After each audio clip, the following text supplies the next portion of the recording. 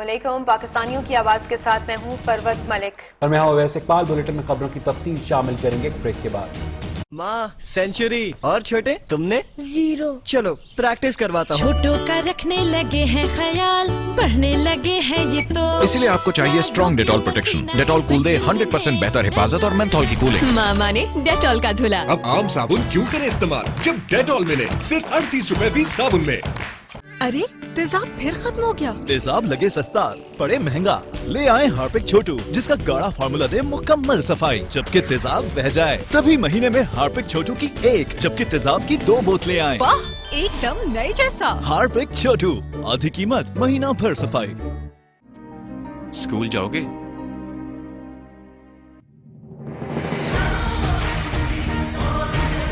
Lipton का साथ दे और किसी छोटू का मुस्तकबिल रोशन करें। लिप्टन जागे उसके लिए जो वाकई अहम है। भारत बाज नायब तत्तापानी सेक्टर में भारतीय फौज की बिला इश्तियाल फायरिंग के नतीजे में 55 साला शहरी शहीद हो गया। इंतहाई अफसोसनाक वाकया रिपोर्ट किया जा रहा है। तत्तापानी सेक्टर से एक मरतबा फिर भारतीय फौज की जानिब से बिला इश्तियाल फायरिंग की गई, जिसके नतीजे में 55 साला शहरी शहीद हो गया। नुमाइंदा न्यूज़ साइरस निसार मजीद तफसीलात से आगाह करेंगे। साइरस, आप बताइएगा अभी ताज़ा तरीन क्या इत्तलात आ रही हैं? जी बिल्कुल, भारतीय फौज ने आज सिविलियन आबादी को अटैक करना शुरू कर दिया है। तत्तापानी सेक्टर में भारतीय फौज की फायरिंग से दरा शेर खान के जो रहायशी हैं मंगू खान वल्द अल्लाफ दीन सर में गोली लगने से मौके पर शहीद हो गए हैं। भारतीय फौज की फायरिंग से शहीद होने वाले जो मंगू खान है उनकी एज जो है वो 55 साल थी। मंगू खान जो है अपने घर के नजदीक जंगल में बकरियां चरा रहे थे कि भारतीय फौज ने टारगेट करके उनको शहीद कर दिया है। जी शुक्रिया, आपने हमें तफसीलात से आगाह किया। भारतीय फौज ने सिविलियन आबादी को एक बार फिर निशाना बनाना शुरू कर दिया है। नवाज शरीफ ने कौमी सलामती कमेटी का एलामिया मुस्तरद कर दिया। कहते हैं कौमी सलामती कमेटी का एलामिया अफसोसनाक और तकलीफ देह है। मेरे बयान पर एतराज है तो कौमी कमीशन बनाया जाए ताकि दूध का दूध और पानी का पानी हो जाए। पहले भी एक सिक्योरिटी इजलास में घर को सुधारने की बातें की, जिसे डॉन लीक्स बना दिया गया। अब इस बात का फैसला हो जाना चाहिए कि कौन मुहिब्बे वतन है और कौन गद्दार है। साबिक वजीर आजम ने यह दावा भी किया कि वो बहुत कुछ जानते हैं। कौमी सलामती कमेटी ने नवाज शरीफ के बयान को गुमराह कुन और हकायक के मनाफी करार दिया था। या मुल्क दुश्मन हूं तो फिर आओ भाई, आओ फिर एक कौमी कमीशन बनाओ, आओ फिर इसका हिसाब किताब अब हो जाए। साबिक वजीर आजम का आज फिर जारहाना अंदाज, जवाबी वार करते हुए कौमी सलामती कमेटी का एलामिया मुस्तरद कर दिया। कल का जो एलामिया है वो बिल्कुल गलत है और मैं उसको रिजेक्ट करता हूँ। पाकिस्तान को मौजूदा नहज पर किसने पहुँचाया? नवाज शरीफ इसकी तहकीकात के लिए भी बेचैन। कहते हैं अब दूध का दूध और पानी का पानी हो जाना चाहिए। कौमी कमिश्नर बनना चाहिए और पता लगना चाहिए कि कौन है वो लोग जिन्होंने पाकिस्तान को यहाँ तक पहुँचाया है। साबिक वजीर आजम ने दावा किया उन्होंने पहले भी कौमी सलामती कमेटी में अपने घर को सुधारने की बातें की तो उसे डॉन लीक्स बना दिया गया। जब मैंने अपना ये सब बातें वहाँ पर की नेशनल सिक्योरिटी कमेटी में, तो उसको तो डॉन लीक्स बना दिया गया था। और यही बात हमारे आज दोस्त हैं वो भी कह रहे हैं, गैर मुल्की दोस्त कह रहे हैं, गैर मुल्की सरबराह कह रहे हैं। इससे पहले एहतसाब अदालत के अंदर भी मीडिया से गैर रस्मी गुफ्तगू में नवाज शरीफ ने सवाल उठाया कि मुल्क के अजीज में दहशतगर्दी की बुनियाद किसने रखी। अब वक्त आ गया है कि सब कुछ सामने आना चाहिए। साबिक वजीर आजम के मुताबिक पाकिस्तान तनहा हो नहीं रहा बल्कि हो चुका है। कौमी सलामती कमेटी का एलामिया नवाज शरीफ ने मुस्तरद किया तो वजीर आजम ने भी ऐलान ला ताल्लुकी कर दिया। कौमी असेंबली में नवाज शरीफ की हमायत में खुलकर वजाहतें की और शाहिदा खान अब्बासी कहते हैं तमाम मामला मिस रिपोर्टिंग से शुरू हुआ। जो तनकीद कर रहे हैं बेशतर ने खबर पढ़ी ही नहीं। नवाज शरीफ ने ये नहीं कहा कि हमला करने वालों को पाकिस्तान ने मुंबई भेजा। भारतीय मीडिया जो बातें करता है उसे बगैर सोचे समझे आगे ना बढ़ाया जाए। किसी को हुब्बुल वतनी का सर्टिफिकेट देने का इख्तियार नहीं। माजी में जाना है तो पार्लियामेंट कौमी कमीशन बना दे। नवाज शरीफ ने की वो पहले परवेज मुशर्रफ, जनरल पाशा, जनरल दुरानी, रहमान मलिक और इमरान खान भी कर चुके हैं। अब इशू ये है उस इंटरव्यू में जो कहा गया और जिस तरह उसको लिखा गया, वहां से सारा मामला पैदा हुआ। जो इशू था वो इशू ऐसा नहीं है कि जिस पर सिर्फ मोहम्मद नवाज शरीफ ने बात की। जनरल मुशर्रफ ने भी इस इशू पर बड़ी डिटेल्ड बातें की है। इमरान खान की स्टेटमेंट भी मौजूद है, जनरल दुरानी ने भी बातें की हैं, रहमान मलिक ने भी बातें की हैं। मिस इंटरप्रेट किया अपने मकासद के लिए इंडिया ने। हम उन बातों को जो इंडिया अपने मकासद के लिए कर रहा था, हम उनको लेकर चल पड़े। मियां नवाज शरीफ साहब ने ना ये कहा, ना ये इम्प्लाई किया, ये बात अगर कोई तासुर उससे कायम हुआ जो इंडिया ने कायम किया, आज गद्दारी की बातें हो रही है, ये चीज काबिल कबूल नहीं है। किसी को यहाँ हुबुल वतनी का सर्टिफिकेट देने का ना इख्तियार है और ना जरूरत है। उधर ऑपोजिशन ने नवाज शरीफ के मुतनाज़ बयान पर वज़ीर आज़म की कौमी असम्बली में वजाहत मुस्तरद कर दी है। अरकान ने नशिस्तों पर खड़े होकर शदीद नारेबाजी की और ऐवान से वॉकआउट भी किया। शाह महमूद कुरैशी का कहना था कि नवाज शरीफ बताएं कि इस बयान की जरूरत क्या थी। शाजिया मरी ने कहा कि इदारों को निशाना बनाने पर कामयाबी न मिलने पर अब मुल्क में इंतशार फैलाया जा रहा है। जितने दोस्तों ने तकरीर की है आज, मैं आपको हकीकत से कहता हूं कि एक ने भी वो अखबारी खबर नहीं पढ़ी। ये पढ़ी होती तो ये बातें ना करते। अपोजिशन ने वज़ीर आज़म की कौमी असम्बली में वजाहत मुस्तरद कर दी। वज़ीर आज़म के बयान के बाद अपोजिशन अरकान नशिस्तों पर खड़े हो गए, शदीद एहतजाज किया और नारे लगाते ऐवान से वॉकआउट कर गए। ने जो बात की है, पेट में दर्द है, हम उससे वॉकआउट करते हैं। शाह महमूद कुरैशी ने सवाल उठाया, नवाज शरीफ बताएं इस बयान की जरूरत क्या थी। जनाब नवाज शरीफ साहब, हम पूछना चाहते हैं इस बयान की जरूरत क्या थी। हमें बताया जाए कि स्पेशल जहाज भेजकर सिरिल को मुल्तान बुलाने की जरूरत क्या थी। शाजिया मरी का इस्तरार था, इदारों को निशाना बनाने पर कामयाबी न मिलने पर अब मुल्क में इंतशार फैलाया जा रहा है। ये वो नैरेटिव है जिसको पाकिस्तानी स्टेट फाइट करती रही है। बिल्कुल हमारा सॉइल जो है वो दहशतगर्दी के लिए इस्तेमाल हुआ है, लेकिन पाकिस्तान की स्टेट, पाकिस्तान की अवाम, पाकिस्तान के इंस्टीट्यूशंस इस दहशतगर्दी को उसकी जड़ों से उखाड़ रहे हैं और इसका मुकाबला कर रहे हैं। दीगर जमातों के अरकान भी वज़ीर आज़म की वजाहत से मुतमईन दिखाई न दिए। नवाज शरीफ साहब जितने बयान भी दे रहे हैं वो पाकिस्तान के खिलाफ है।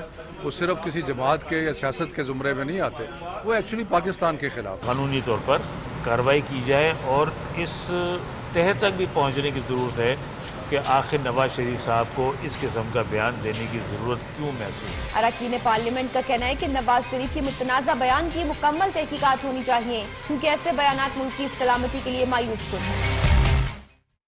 नवाज शरीफ अपने बयान पर कायम है, कहते हैं अखबार में जो शाया हुआ उसमें गलत क्या है। मरियम नवाज भी अपने वालिद के बयान को दुरुस्त समझती हैं।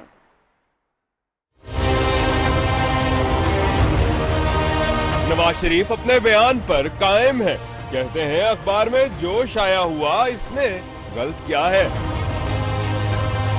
मरियम नवाज भी अपने वालिद के बयान को दुरुस्त समझती हैं। कारगिल की जंग में सारा इल्जाम अपने सर लेने वाला और अपनी अफवाज के सामने ढाल बनकर खड़े हो जाने वाला गद्दार हो सकता है, लेकिन वजीर आजम शाहिद खाकान अब्बासी कहते हैं नवाज शरीफ का बयान गलत शाया हुआ, मीडिया ने मर्जी के मतलब निकाले। ये मेरे जितने दोस्तों ने तकरीर की है आज, उन्होंने यहाँ पर बड़ी धुआंधार तकरीरें की हैं। इनमें से मैं आपको हकीकत से कहता हूं कि एक ने भी वो अखबारी खबर नहीं पढ़ी हुई। अगर ये पढ़ी होती तो ये बातें ना करते। शहबाज शरीफ का भी यही मौकफ है, बयान सियाको सबाक से हटकर शाया किया गया। उधर कौमी सलामती कमेटी का एलामिया है नवाज शरीफ का बयान गुमराह कुन और हकायक के मुनाफी है।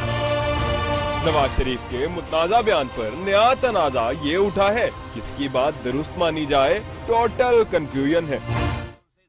मुंबई हमलों से मुतालिक नवाज शरीफ के मुतनाज़ बयान पर मुल्क भर में हंगामा बपा है। पीटीआई ने नवाज शरीफ के खिलाफ गद्दारी का मुकदमा चलाने की करारदाद खैबर पख्तूनख्वा असेंबली में जमा करवा दी। पंजाब असेंबली में भी अपोजिशन ने शदीद एहतजाज किया। नवाज शरीफ की तकरीरों पर पाबंदी के लिए हलीम आदिल शेख ने सिंध हाई कोर्ट में दरखास्त भी दायर कर दी है, जबकि डॉक्टर बाबर आवान ने इस्लामाबाद हाई कोर्ट का दरवाजा खटखटा दिया। खुर्रम नवाज गंडापुर ने लाहौर हाई कोर्ट से रुजू कर लिया है। अब समझता हूं कि वक्त आ गया है कि अब ये फैसला हो जाना चाहिए।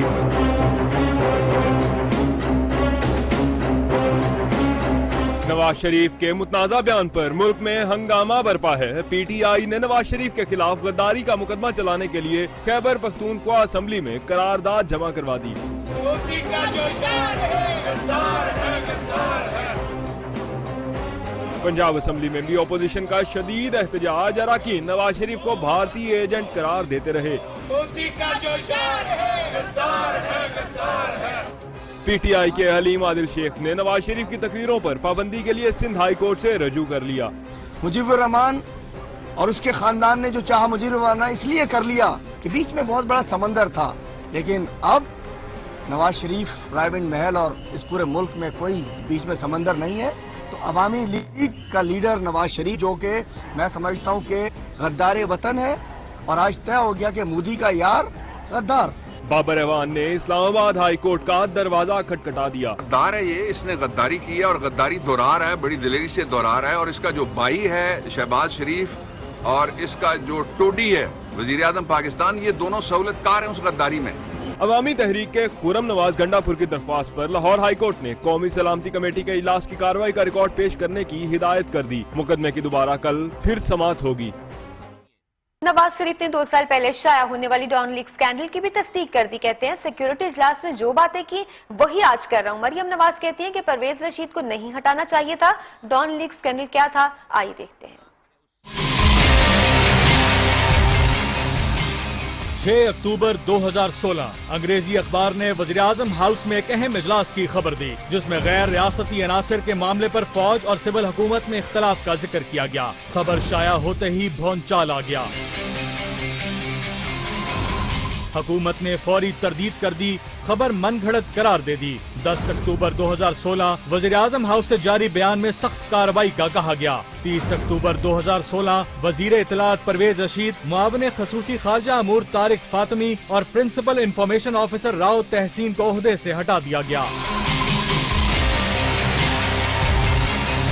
7 नवंबर 2016 रिटायर्ड जज की सरबराही में 7 रुकनी JIT ने तहकीकात का आगाज किया। 25 अप्रैल 2017 वजारत दाखिला ने JIT की सिफारिशात वजीर आजम को भिजवा दी। 29 अप्रैल 2017 वजारत खारजा ने डॉन लीग से मुतालिक एलामिया जारी कर दिया। डॉन लीग को गलत रिपोर्टिंग का नतीजा कहा गया, लेकिन आज नवाज शरीफ ने तस्दीक की है सिक्योरिटी इजलास में जो कहा गया वही रिपोर्ट हुआ।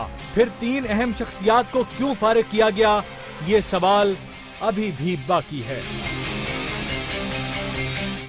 परवेज रशीद को सजा नहीं देनी चाहिए थी, मरियम नवाज भी बोल पड़ी। एहतसाब अदालत में पेशी के मौके पर सहाफी ने सवाल किया, डॉन लीग्स अगर दुरुस्त खबर थी तो फिर परवेज रशीद को सजा क्यों दी गई। इसके जवाब में मरियम नवाज ने कहा कि परवेज रशीद को सजा नहीं देनी चाहिए थी। मैडम निहाल हाशमी को वेलकम करेंगे दोबारा पार्टी में? वेलकम किया जाए, ये क्या पैगाम दिया जाए दावों को? बस ये निहाल हाशमी को साथ खड़ा करके डॉन लीग की खबर अगर सच्ची थी तो परवेज रशीद को क्यों पुलिस किया गया? नहीं करना चाहिए था।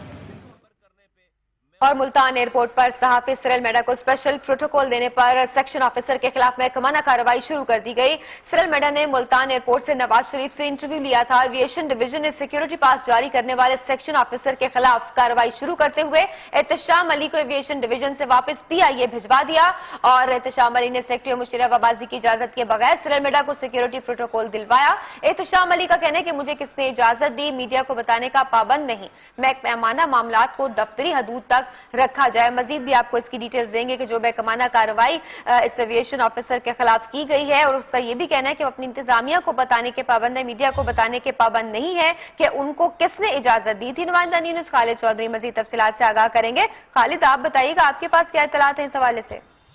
जी, हमें अभी जो है PIA के जराये ने इस अमर की तस्दीक की है कि सिरल मेडा के मतनाज़ा इंटरव्यू के हवाले से मुल्तान में जो हुआ था उसके खिलाफ कार्रवाई करते हुए सेक्शन ऑफिसर के खिलाफ कार्रवाई की गई है और इस हवाले से जो है तहफ़्फ़ुज़ात का भी इज़हार किया गया और क्या कहा जा रहा है कि सिरल मेडा तक रसाई के हवाले से सेक्शन ऑफिसर ने आज खुद अगर कोई कार्रवाई की है या इजाज़त दी है तो उसकी हम तहकीकात कर रहे हैं, जबकि इस मतनाज़ा इंटरव्यू के बाद से जो सूरत हाल पैदा हुई है इसको संजीदगी से जो दीगर अदारे हैं वो देख रहे हैं। सेक्शन ऑफिसर को ताहम उनके ओहदे से हटा दिया गया और मजीद कार्रवाई के हवाले से अमल जारी है। जी, बहुत शुक्रिया, आपने तफसीलात से आगाह किया।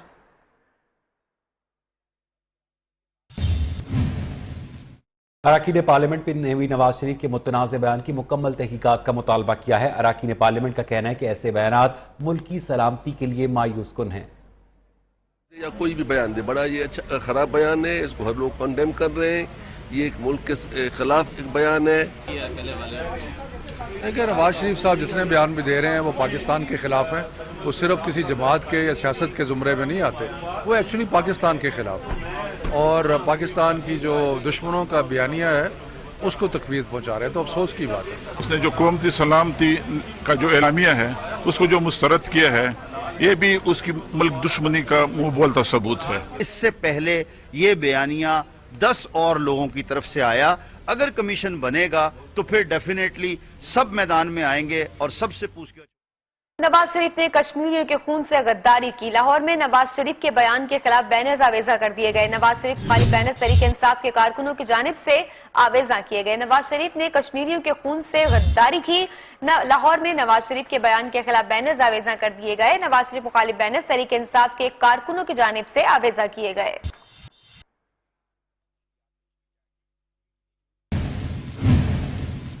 उधर नवाज शरीफ का मुंबई हमलों से मुतालिक बयान मुसलसल आलमी मीडिया की सुर्खियों की जीनत बना हुआ है। टाइम्स ऑफ इंडिया ने खबर दी कि नवाज शरीफ मुंबई हमलों पर पाकिस्तान मुखालिफ बयान पर डट गए हैं। एक और हिंदुस्तानी अखबार लाइव मिनट के मुताबिक भारतीय वजारत खारजा इस मामले पर फिलहाल खामोश है, लेकिन वजीर दिफा ने नवाज शरीफ के बयान को संजीदा इंकशाफ करार दिया। एक और भारतीय खबर रसाई एजेंसी ANI ने कहा कि अपने बयान पर नवाज शरीफ को शदीद रद्द-ए-अमल का सामना है, मुस्तकबिल में उन्हें खतरनाक नताइज भुगतने पड़ सकते हैं। एशिया टाइम ने हेडलाइन छापी कि नवाज शरीफ के बयान से पाकिस्तान में सियासी और अस्करी क़यादत आमने सामने खड़ी हो गई हैं। सिंध की 10 से ज्यादा कौम परस्त जमातों का कराची में गैर मुल्कियों को शनाख्ती कार्ड जारी करने के खिलाफ एहतजाज के दौरान मुजाहिरीन ने गवर्नर हाउस की जानिब पेशकदमी का ऐलान कर दिया। पुलिस ने गवर्नर हाउस जाने के पर रास्ते रुकावटें लगा दी और वाटर कैनन भी वहां पर पहुंचा दी गई। नुमाइंदा न्यूज़ रजब अली तफसीलात से आगाह करेंगे। अभी रजब, वहां क्या सिचुएशन है इस हवाले से? जी, इस वक्त हम गवर्नर हाउस के करीब जो फुवारा चौक है वहाँ पर मौजूद है। यहाँ से मुख्तलिफ शारा है, जो एक तरफ जो है वो शारा फैसल है, दूसरी जानिब अब्दुल्ला हारून रोड और एक जानिब जो है वो अपना गवर्नर हाउस जाने वाली रोड है, जहाँ पर ये सिंध की कौम परस्त जमातें मुख्तलिफ इसमें कौम परस्त जमातें सिंध एक्शन कमेटी के नाम से जिन्होंने तारिकीन वतन को जो है शनाख्ती कौमी शनाख्ती कार्ड के इजरा के खिलाफ ये एहतजाज था, जो कि 3 रोज से भूख हड़ताल थी और आज जो है उन्होंने गवर्नर हाउस जाने का फैसला किया था। ताम जो है वो पुलिस की भारी नफरी भी जो है वो मौजूद थी, उसके बावजूद जो है वो तमाम मुजाहिरीन जो है वो इस वक्त गवर्नर हाउस पे जो है वो जमा हो गए थे, जिन्हें गवर्नर हाउस जाने थे। गवर्नर हाउस वाले रोड पे जो है वो पुलिस ने बाड़ लगा के जो है उन्हें रोक लिया था। ताम इस वक्त जो है वो उनसे बातचीत हुई कि जी वो गवर्नर हाउस जाके याददाश्त पेश करना चाहते हैं, ताम उनके मुज़ाकरात जो है वो नाकाम होने की सूरत में इस वक्त भी जो है वो मुजाहिरीन की एक बड़ी तादाद है जो कि फुवारा चौक पर इस वक्त मौजूद है। इनका मुतालबा ये है कि जो तारिकीन वतन बंगाली, बर्मी और दीगर जो है वो तारिकीन वतन को जो शनाख्ती कार्ड जारी किए जा रहे हैं ये गैर कानूनी और नादरा जो है वो खुली खिलाफ वर्जी कर रहा है और इस तरीके से नहीं होना चाहिए। नादरा के खिलाफ ये एहतजाज जो है वो जारी है। इस वक्त हम फुवारा चौक पे मौजूद है, जहाँ पर कशीदा सूरत हाल है। एक जानिब जो है वो पुलिस, वाटर कैनन और दीगर जो है वो आलात के साथ मौजूद है और दूसरी जानिब पे मुजाहिरीन की बड़ी तादाद है, जिनमें मुख्तलिफ कौम परस्त जमातें जो है वो शामिल हैं और सैकड़ों की तादाद में ये मुजाहिरीन इस वक्त जो है वो पुरअमन अंदाज में जो है यहाँ पर मौजूद है और इस वक्त फुवारा चौक पे मौजूद है। एक तरफ अगर अब्दुल्ला हारून रोड जो है वो ट्रैफिक के लिए तकरीबन जो है वो ब्लॉक हो चुकी है, गवर्नर हाउस वाली रोड पुलिस ने बंद रखी है, जबकि दूसरी जानिब जो है वो आर्ट्स काउंसिल और कराची प्रेस क्लब की तरफ भी जो है वो बदतरीन ट्रैफिक जाम जो है यहाँ से दिखाई दे रहा है। जबकि इसी की एहतजाज की वजह से शारा फैसल पर भी जो है वो ट्रैफिक काफी मुतासिर हुआ है। इस वक्त जो है कशीदा सी सूरत हाल है, पुलिस जो है वो मुजाहिरीन को आगे जाने से रोक रही है। इस वक्त जो है वो सूरत हाल कशीदा है। जी शुक्रिया रजब, आपसे मजीद तफसीलात भी जानेंगे इसी हवाले से। और यहाँ बुलेटिन में वक्त हुआ 48 घंटों में मुतवक्के है। पीपी की जानिब से खत्मी नाम के लिए बिलावल भुट्टो और आसिफ जरदारी की सरबराही में भी इजलास जारी है। क्या नाम होगा, जल्द इस सूरत हाल पर मामला जो है सामने आ जाएंगे। निगरान वज़ीर आज़म के नाम का फैसला आइंदा 48 घंटों में मुतवक्के है।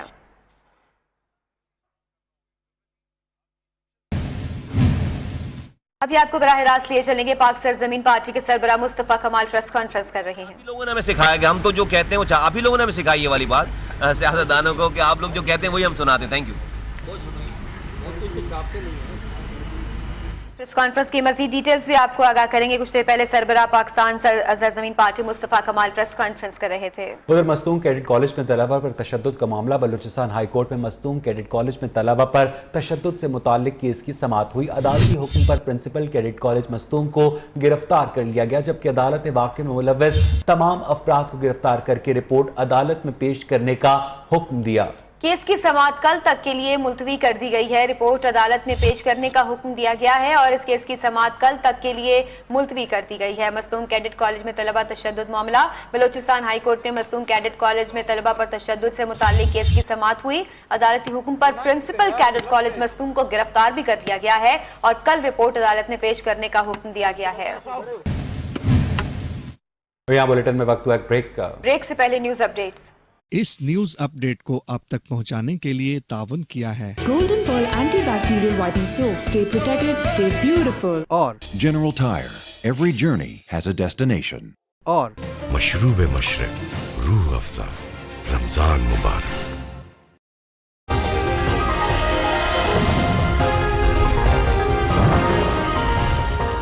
मोदी सरकार खित्ते का अमन तबाह करने के दर पे। तत्तापानी सेक्टर में भारतीय फौज की शहरी इलाके पर बिलाश्ताल फायरिंग और गोलाबारी, एक शख्स शहीद, पाक फौज की भरपूर जवाबी कार्रवाई।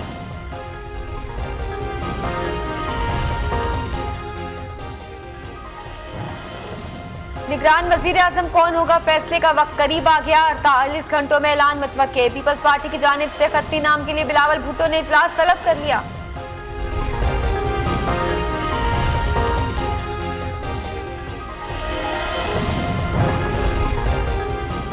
मस्तूम कैडेट कॉलेज में तलबा पर तशद्दुद, बलूचिस्तान हाई कोर्ट के हुक्म पर प्रिंसिपल गिरफ्तार। पुलिस को वाक़े में मुलव्वस तमाम अफराद को गिरफ्तार करके कल पेश करने का हुक्म।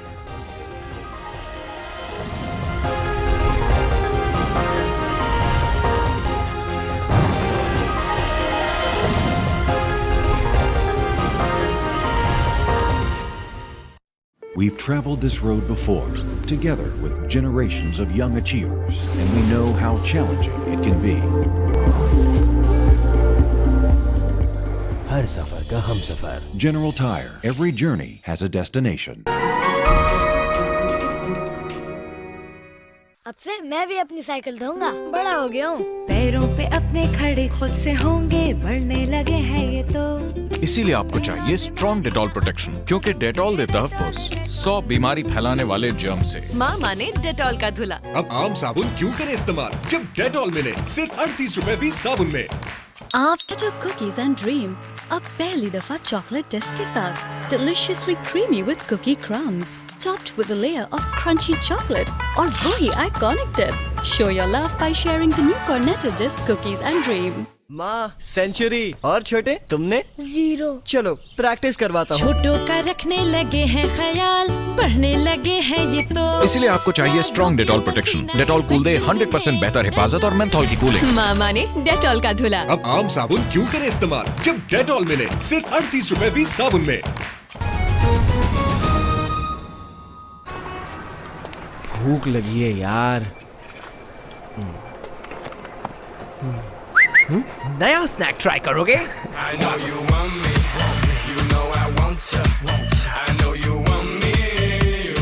बिस्किट्स नहीं यार, नया वॉल सैंडविच चाहिए।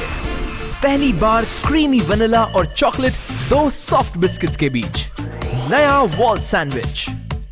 Try the coolest snack.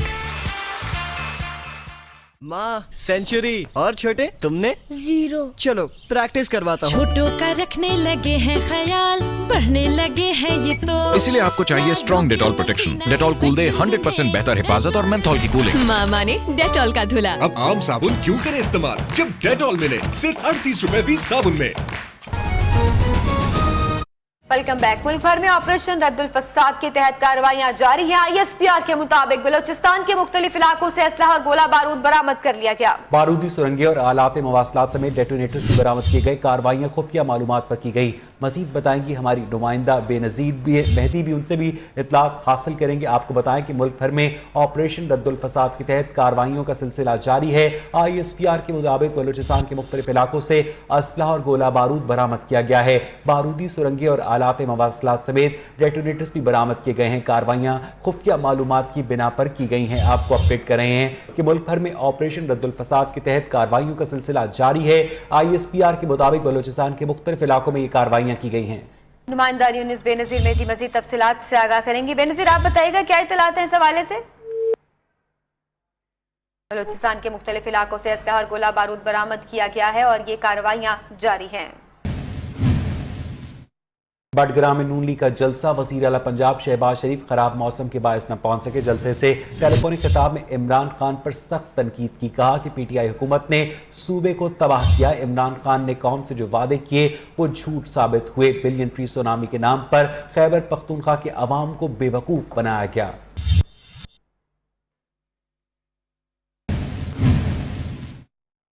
आइंदा आम इंतखाबात के लिए सियासी जमातों की तैयारियां उरूज पर हैं। नून लीग ने टिकट के लिए उम्मीदवारों से दरखास्तें तलब कर ली हैं। तहरीक इंसाफ के टिकट के लिए दरखास्त जमा कराने की मोहलत खत्म हो गई। खवातीन और अकलियतों के लिए मखसूस नशिस्तों के लिए दरखास्तों की वसूली अभी जारी रहेगी, जबकि मुस्लिम लीग नून ने टिकट के लिए उम्मीदवारों से दरखास्तें तलब कर ली हैं। मखसूस नशिस्तों के लिए दरखास्तों की वसूली पाकिस्तान तहरीक इंसाफ में अभी जारी रहेगी। तहरीक इंसाफ ने टिकट के हसूल के लिए अभी मोहलत खत्म कर दी है, जबकि खवातीन और अकलियतों के लिए जो मखसूस नशिस्तें हैं उनकी दरखास्तों की वसूली अभी जारी रहेगी।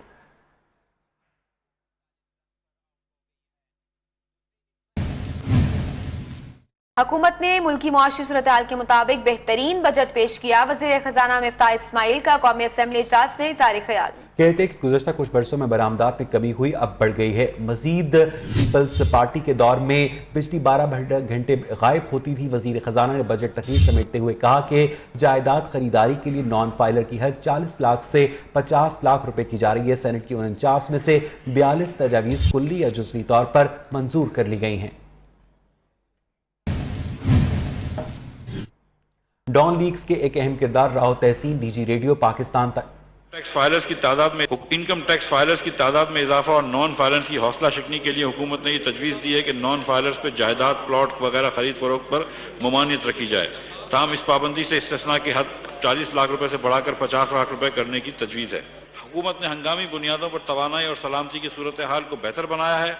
इसके अलावा हुकूमत ने एक्सपोर्ट पैकेजेस से बरामद कुनंदगान की मुश्किलात का बर्फ इजाला किया है, जिसकी बिना पर मौजूदा माली साल में फिर से बरामद तेजी से बढ़ना शुरू हो गई है। एक्सचेंज रेट एडजस्टमेंट की वजह से बरामद पर बहुत ही अच्छे असर आ पड़े हैं। मार्च के महीने में बरामदात 24% में इजाफा कर चुकी हैं, जबकि अप्रैल। स्पीकर कौमी असम्बली सरदार अयाज सादिक की साबिक वज़ीर आज़म नवाज शरीफ से मुलाकात में मरियम नवाज, परवेज रशीद, मरियम औरंगजेब भी मौजूद थे।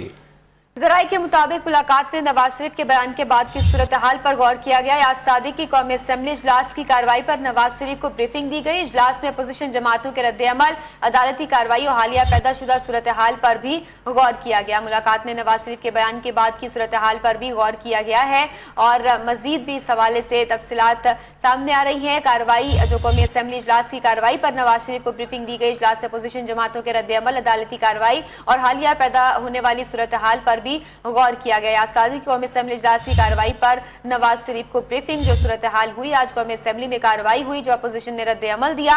अदालती कार्रवाई और हालिया पैदा होने वाली सूरत हाल पर भी गौर किया गया। कौमी असेंबली के इजलास के बाद स्पीकर कौमी असेंबली की जानिब से साबिक वज़ीर आज़म नवाज शरीफ को ब्रीफिंग दी गई। यहाँ बुलेटिन में वक्त हुआ एक ब्रेक का। न्यूज़ के साथ रहिए।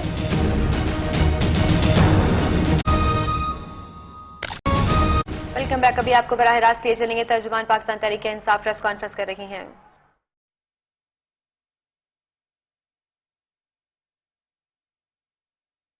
तर्जुमान तहरीक इंसाफ फवाद चौधरी प्रेस कॉन्फ्रेंस कर रहे हैं। उनका कहना है कि नवाज शरीफ ने नाहली के बाद इदारों के खिलाफ वही कहा जो भारत कह रहा है।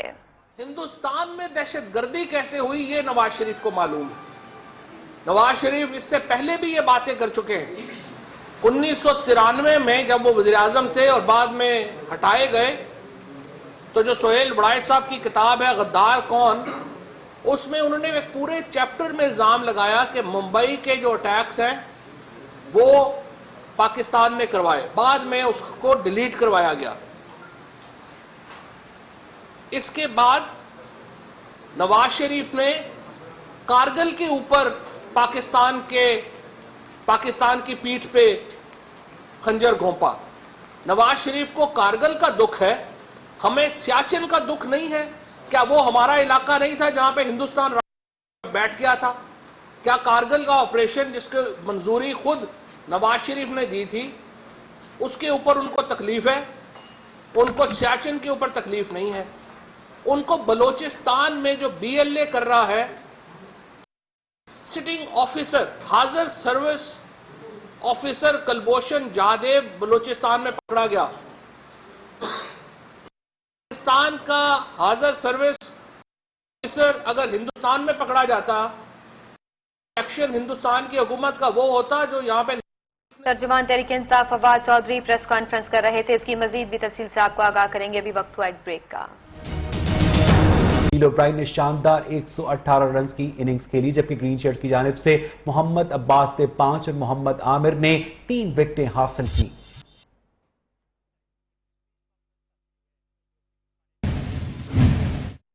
ब्रेकिंग न्यूज ने आपको डॉन लीग्स के अहम किरदार राव तहसीन DG रेडियो पाकिस्तान तैनात कर दिए गए। वज़ीर-ए-आज़म शाहिदा खान अब्बासी ने राव तहसीन की तकर्रुरी की मंजूरी दी, नोटिफिकेशन भी जारी। डॉन लीग्स में नाम शामिल होने की वजह से राव तहसीन को ग्रेड 22 में तरक्की भी नहीं दी गई थी। मजीद जानेंगे नुमाइंदा न्यूज़ जावेद बलोच से। जावेद, आप इस तैनाती के हवाले से आगाह कीजिएगा। देखिए, राव तहसीन जो कि मरकजी किरदार थे डॉन लीग्स के, उन्हें आज पोस्टिंग दी गई है और DG रेडियो उन्हें तैनात किया गया है। वज़ीर-ए-आज़म की मंजूरी से ये अहकामात जारी किए गए हैं। चूँकि राव तहसीन OSD थे, उन्हें किसी किस्म की पोस्टिंग जो है वो नहीं दी गई थी, लिहाजा अब जो है वज़ीर-ए-आज़म की मंजूरी के बाद उन्हें DG रेडियो तैनात किया गया है। ये अमर काबिल जिक्र है कि नवाज शरीफ भी कह चुके हैं कि डॉन लीग्स में कुछ नहीं था, जिसके फौरी बाद राव तहसीन के अहकामात जारी किए गए हैं। शुक्रिया जावेद, आपने हमें इत्तला दी। और अब बात हो जाए रहमतों के महीने रमजानुल मुबारक की। सऊदी अरब समेत तमाम खलीजी ममालिक में रमजानुल मुबारक का चांद देखने के लिए रोहित आज बैठेगी। माहिरीन ने रमजानुल मुबारक का चांद आज नजर न आने की पेशगोई की है। पाकिस्तान में मरकजी रोहित हिलाल कमेटी का इजलास कल कराची में होगा। सूबाई और जोनल कमेटियों के इजलास भी कल तलब किए गए हैं।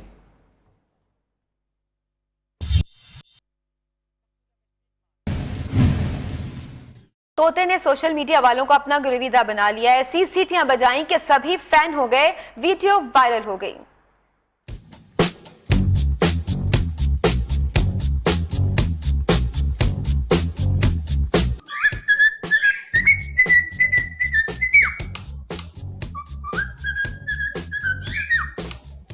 I'm a pretty bird, oh yes I am. I'm a pretty bird. I'm a pretty bird.